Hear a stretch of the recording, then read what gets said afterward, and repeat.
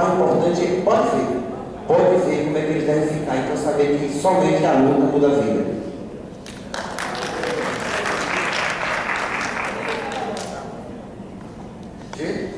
Só um recado aqui, pessoal, como a gente se financia, né? Está passando um livro de ouro aí para arrecadar contribuição para o primeiro encontro do MMM. Então, quem puder dar uma força ao pessoal ali. Gente.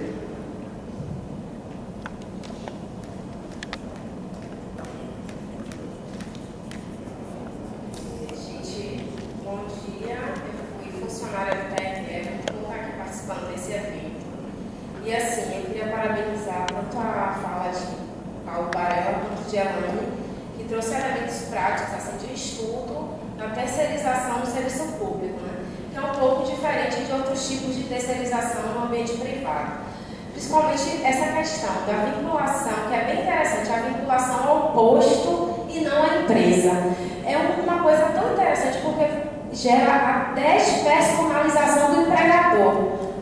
As pessoas da limpeza não sabem quem é o empregador, a não ser por conta do nome que está na farda e do contra-cheque que vê o nome da empresa. Mas pode mudar a empresa porque as condições de trabalho serão as mesmas, a precarização será as mesmas e dentro de um ambiente público, né? Dentro do Estado, prestando um serviço que deveria ser promovido pelo Estado. E assim, o que é que dentro de todos esses elementos de precarização que você trouxe, nós poderíamos chegar à conclusão seguinte, que na prática, no caso concreto da terceirização no Brasil, o que temos visto são resultados que são terríveis. E isso deveria gerar um retrocesso da terceirização, não é isso? A prática deveria ser essa. O que a gente tem visto é o contrário, é o avanço da terceirização, né? E aí, Barella foi muito feliz quando ele começa falando que o Estado, numa sociedade de classes, o Estado está a serviço de uma dessas classes. Então, se o Estado está a serviço do capital, ele vai fazer com que a terceirização ela não retroceda, mas com que ela avance. Avance, inclusive, tornando o Estado mais mínimo do que ele é. O que eu quero dizer com isso? Esse Estado tão mínimo vai atingir vocês. Porque alguém vai chegar um momento, uma interpretação que vai dizer o seguinte: a atividade típica de Estado é julgar. Nós não precisamos de analistas e técnicos para julgar, nós precisamos do juiz. Logo, essa atividade pode ser terceirizada. Eu não estou falando loucura, porque as pessoas que interpretam o direito do trabalho, interpretam a legislação no país, vão fazer este tipo de interpretação, porque eles estão a serviço do capital. Se nós estivéssemos a serviço da classe trabalhadora, a interpretação seria que a atividade não pode nem na atividade meio.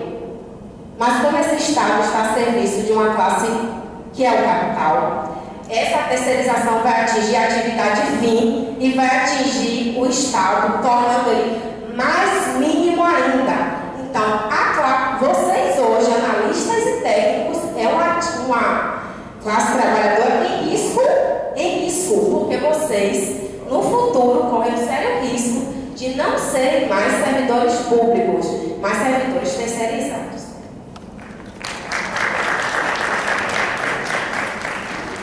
Bom, agora, tem mais algum fato? Eu vou passar então para o questionamento aí, eu vou começar com o próprio Luiz, pode ser? Bem, sobre essa questão do concurso público, né? Há esse temor dentro do âmbito da terceirização, porque o terceirizado ele tem baixa escolaridade, ele vive sob um regime de alta exploração do trabalho, são cargas, jornadas de trabalho extensivas, né? E falta tempo para se preparar, para estudar, para buscar uma saída, né? Lá em Alagoinhas nós temos vivenciado isso, nós temos buscado incentivar o trabalho terceirizado a estudar, a se preparar, a ter uma outra alternativa que não seja a empresa terceirizada. Lentamente, de forma bem assim, tímida, a gente vê alguns avanços, né? Alguns trabalhadores que trabalham nas terceirizadas se buscam fazer um curso universitário, mesmo que seja à distância ou pelo ProUni, pelo FIES, alguma alternativa vão buscando, né? E a gente vê alguns saindo da terceirizada para outras empresas ou passando alguns concursos públicos na região.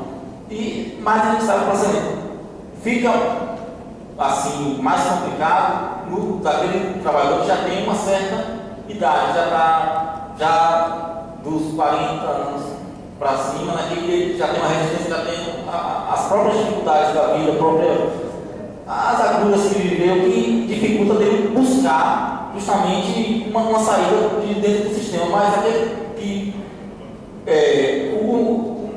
é mais novo, que tem uma idade menor, por ele ver o colega, né, conseguir esse espelho, ele vê alguém que estava aqui e conseguiu, eu também posso. E aí a gente vai usando isso como exemplo, vai buscando incentivar e fazer com que eles vejam que há uma alternativa, que o concurso não é um fim, mas é um meio, né? Não é um bicho de 7 cabeças, não é algo que vá amedrontar, não é um bicho papão o concurso, né? Porque se estiver preparado, se tiver estrutura, não vai garantir que todos vão passar, mas uma parte passa.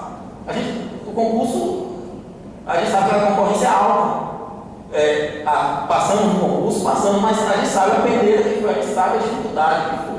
Então, aí isso também não passa a realidade, né? Porque você está aqui em terceira idade, a gente vai buscar cada dia que você vai no concurso e vai passar. A gente vai buscar acabar na terceirização, buscar o concurso público, mas tem que estar preparado. Mesmo não preparado, corre o risco de não passar. Então, mas se ele está preparado e não passar, ele sabe que ele não preparado, ele pode buscar uma outra alternativa que não seja o concurso. Então a gente vai buscando construir isso, né? Ela, como disse, ainda de forma tímida, a gente vai vendo algum certo caso, porque o viver dessas pessoas, né, a exploração de tamanho, que eles já está, né, intrínseco neles essa coisa da discriminação, de ser subalterno, que vencer esse obstáculo é uma barreira, né, que às vezes parece intransponível, mas como eles mostram alguns exemplos que bem sucedidos, a gente vai cativando, vai conquistando e vai conseguindo avançar, né? Persistência, trabalho de persistência é trabalho de formiguinha mesmo, é trabalho de base. O sindicato tem que ter trabalho de base. Se não tivermos trabalho de base, se não tivermos cotidianamente com o trabalho, não perceber que o sindicato existe, aí complica. O sindicato tem que ser sindicato de base, sindicato que está lá onde o trabalhador está. Ele tem que ir onde o trabalhador está, não esperar o trabalhador vir. O sindicato, a direção do sindicato, ela tem que estar um passo à frente, porque senão o trabalhador recua. Então, é o trabalho de base. A certeza que o trabalhador tem que o sindicato existe e ele sabe onde encontrar o sindicato que fortalece a luta. Tá? Passa por aí.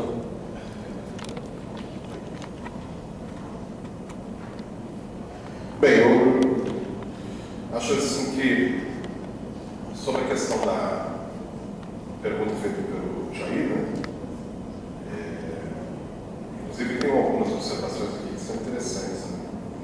Os argumentos que as pessoas utilizam. Eu não acho uma boa, eu conheço como é que funciona o TRE aqui em Salvador, conheço um pouco lá no Rio Grande do Sul.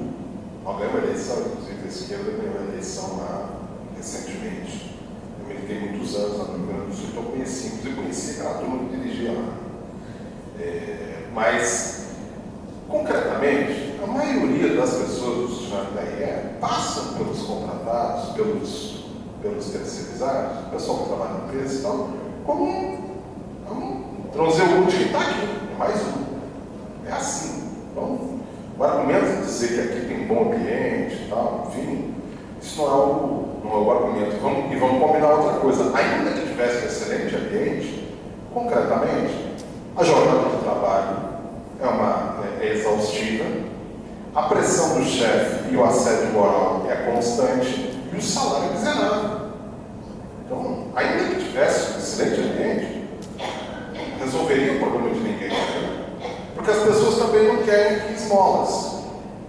Quem trabalha com esmola, por exemplo, é o governo federal, que paga aí o Bolsa Miséria para a maioria das pessoas que estão em situação financeira precária. Né? Que não resolve o problema de ninguém, resolve o problema das pessoas terem salário digno, poderem pagar suas contas com o seu trabalho, poderem alimentar suas famílias com o seu trabalho.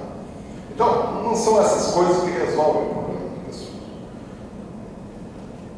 A saída para isso é evidente, nós precisamos, todo mundo tem que ter emprego fixo, de qualidade. Então, um agente de segurança, uma copeira e um companheiro que trabalha na limpeza, ele serve a um propósito no tribunal. Qual o propósito? Defender as leis e acertar nas sentenças que os juízes devem dar. Então, isso faz parte de uma mecânica. Não é porque você dizer que essa atividade não tem a importância tal que pode ser terceirizada. Todas elas estão encaminhadas. Só que com essa lógica, excetuando o juiz que dá a sentença, que analisa a petição e o argumento do advogado, tanto do autor quanto daquele do réu, é o único, na verdade, que está na linha de produção do TRE. Se for para ir a fundo no negócio, entendeu? É o único. O resto tudo estaria passível de ser contratado por empresa terceira. Porque tudo está a serviço da decisão judicial. E quem dá a decisão judicial é o juiz, certo? Ou a juíza. Né? Então, se nós vamos para a extremidade, seria isso. Então, por isso é que nós temos que lutar contra a terceirização. Eu ouvi de soslaio, digamos assim, termo que a gente usa muito lá no Rio Grande do Sul, que é de lá, estou passando, tem uma conversa e a gente ouve sem querer.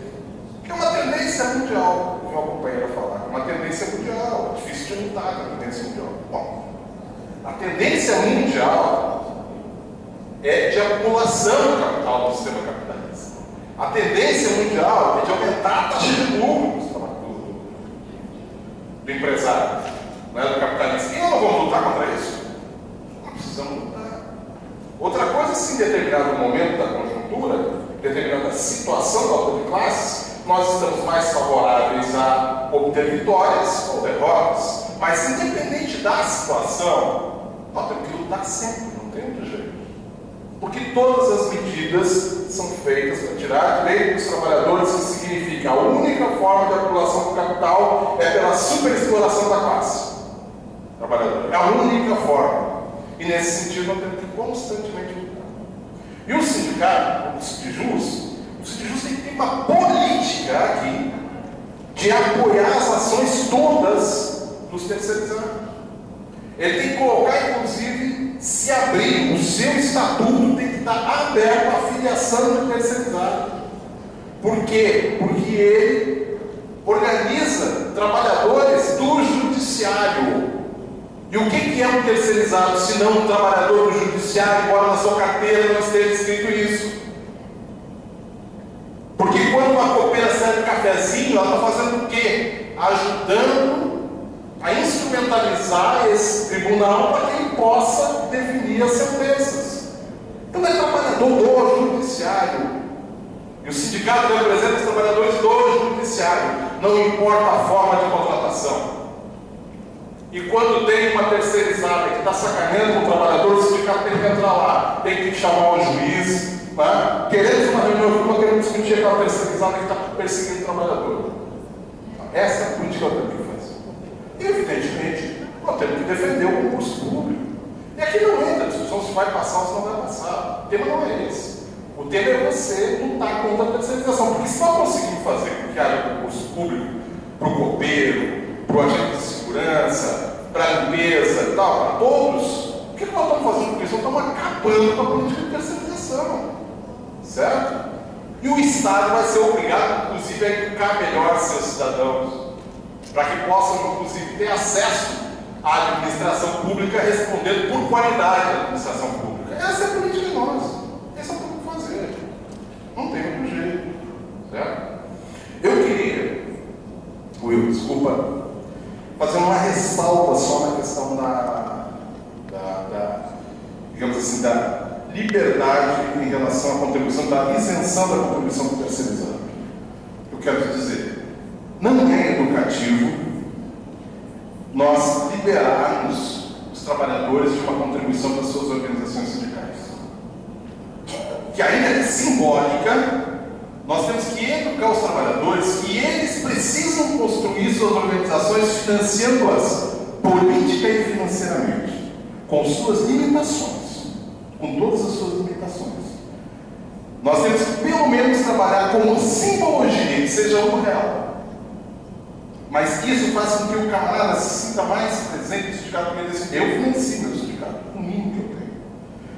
Eu te falo isso porque nós tivemos um debate na CSP com Lutas, recentemente, sobre os movimentos populares. Movimentos populares, você sabe, que organiza o povo que está procurando casa, né? Quer um terreno para morar, né? As pessoas pagam um aluguel violento e tal, então precisam ter um lugar para morar e tal. Esse país sem terreno para tudo quanto é lugar, tem terras imensas e tal, então sem terra não tem onde produzir, sem terra não tem onde morar e tal, então tem as organizações do movimento popular. E nós temos um movimento da Central que se chama Movimento de Luta Popular, de Luta Popular. E nós tínhamos, que depois saiu da Central, o MTST. O MTST ele tinha uma política de dizer o seguinte: as ocupações, né, são formadas por gente muito pobre e tem muito oportunista que chega no meio disso para arrecadar a grana da turma, né, e depois enche os bolsos e tal e não leva a luta, né? E nós dizíamos o seguinte: não, nós temos que dizer para os companheiros que para ter organizações que respondam para os trabalhadores, ela tem que participar da Assembleia, ela tem que contribuir e fiscalizar. Porque não educa, porque toda vez que o MTST, quando fazia uma manifestação, o que ele ia fazer? Ele ia buscar dinheiro dos sindicatos, das associações e tal, tentar encontrar recursos para fazer isso. Então, não garantia o financiamento, o autofinanciamento, ainda que com debilidade. Entende? E, ao mesmo tempo, não educa o trabalhador para ele compreender que a sua organização, dentro do sistema capitalista, precisa ter recursos financeiros. Né? E nós precisamos preservar isso, dizer que um dos elementos de autonomia e independência frente aos governos e patrões é o autofinanciamento. O autofinanciamento independente. Sabe o que está cheio de pelego aí no sindicato? Vou dizer para você, eu não tenho dado aqui, mas podia. Antes da lei que definiu que 10% do imposto sindical ia para as centrais, a CUT tinha uma arrecadação de 5 milhões ano. 5 milhões ano, a CUT. Quando passou essa lei, a CUT passou a receber 10% da parte do imposto sindical dos sindicatos filiados a ela. A CUT saltou para 37 milhões ano. O imposto sindical o que é? É uma imposição do governo, do sistema, para aliciar as direções sindicais. E aí o que ocorreu a partir disso? Já vinha antes, né? Porque tem uma conceituação política na direção majoritária da CUT. Mas a partir disso, a CUT aí mesmo tirou o time de campo na organização da luta dos trabalhadores. E você tem sindicatos no Brasil, sindicatos de categoria que envolvem 20 mil trabalhadores na base, e que tem, sabe quantos? 300, 400 filiados. Só que ela recolhe todo ano um dia de salário médio, né? Um dia de salário médio dos 20 mil. Dos 20 mil. Então, os 400, 300, 400 são filiados, aquela contribuição não é necessária. Só que os estatutos dessas entidades não permitem criação de oposições, porque diz que tem que ter um ano de trabalhando na mesma empresa. Imagina esse sindirico aí. Se for olhar no estatuto, deve estar escrito lá que o camarada, para poder concorrer numa eleição, ele tem que estar trabalhando numa empresa, numa única empresa, pelo menos um ano. Já eliminou 90% para concorrer. E vai dizer que tem que estar afiliado a 6, 7 ou um ano, por exemplo.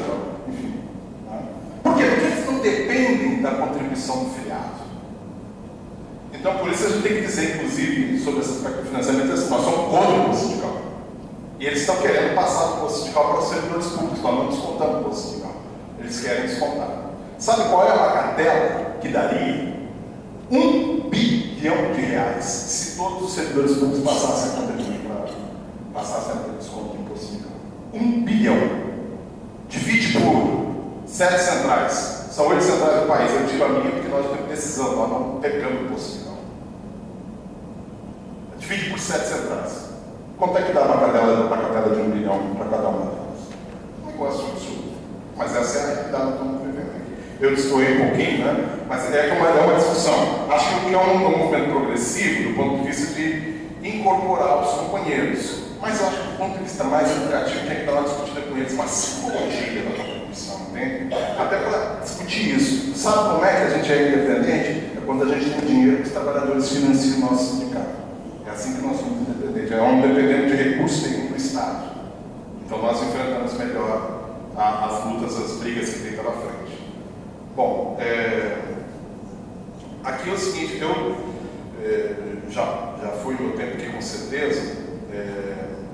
A G falou sobre os resultados negativos. Os negativos da terceirização não arrefecem. E é exatamente isso. Não é que não arrefecer as políticas do governo e da burguesia. Porque lhes interessa. E, aliás, os resultados negativos é uma política consciente da burguesia. Porque não está nem aí se morre o trabalhador. Não está nem aí se o cara fica lesionado. Se tem dívidas trabalhistas. Aliás, a dívida trabalhista é a melhor coisa que tem para eles. Porque é o seguinte, eles devolvem, eles ficam devendo, digamos assim, hipoteticamente, R$10.000 para um trabalhador, depois eles vão lá e o juiz faz um acordo para pagar 5, 6 mil. Sem juros, sem nada. Aí comeu metade do negócio, entendeu? É vantajoso, inclusive, o negócio, né? É um negócio da China, digamos assim, para os empresários. Então você tem razão. O problema aqui é político. O problema aqui é político. A constituição de políticas, de reformas como essa, da terceirização, o avançar no 43-30, tem a ver com isso. Política do Estado para garantir ainda mais os benefícios daqueles que dirigem. Exatamente. Subsidia, subsidia. Então é isso mesmo. Aí você é descartável, tudo é descartável mesmo, interessa quando quer. Carteira assinada corretamente, que ele levantou aqui, não tem absolutamente nada a ver com qualidade de trabalho, né? Qualificação do trabalho, não tem nada a ver com isso. Aliás, essa é a política que o governo se vanguardia. O governo Lula é o autor, o intensificador das terceirizações no nosso país. Porque ele disse o quê? Disse assim, vocês podem ficar roubando os trabalhadores, mas só assine a carteira deles. Assine a carteira deles aí. Mas se vocês vão pagar os direitos, então isso é secundário. Isso é secundário. Você só assine a carteira. Então, carteira assinada não significa absolutamente qualidade de trabalho ou salário bem remunerado, trabalho bem remunerado. Absolutamente não tem nada a ver. Porque a terceirização é para precarizar o trabalho. E ela tem carteira assinada. Isso não garante nada, camarada. Né? Por fim, assim, muito cuidado aqui. Alguém que alertou, acho que foi a G que alertou. Muito cuidado. O negócio aqui. Eu estou aqui com uma relação que eu não botei para vocês aqui. Mais de 50 profissões, algumas delas ultra qualificadas, que já estão terceirizadas na justiça. Já estão terceirizadas. Por exemplo, jornalista. Vocês acham que não é uma tarefa central para o TRE divulgar as sentenças, ter uma estrutura de publicações de acordos e tudo mais e tal, que envolve jornalistas, técnicos, diagramadores e tudo mais? Isso aqui está tudo terceirizado. Informática, se você for um esperto com um dedo, você muda a sentença, inclusive. Está na mão de terceiros. Um negócio desse é sensível pra caramba, entende? De alta confidencialidade, né? São dados confidenciais que estão ali. Sob controle de quem? Uma empresa terceira, que não tem obrigação nenhuma de serviço público. É isso que está colocado. E aí um companheiro estava me falando aqui, não lembro o nome dele aqui, mas estava me falando lá nos corredores que eles estão querendo terceirizar protocolo. Terceiriza imprensa, terceiriza informática, pô, preocupe-se. Comece a se preocupar e se organizar. Porque se há intenção do tribunal de terceirizar, eles vão botar isso em prática. Só a resistência que pode evitar que isso aconteça. Obrigado.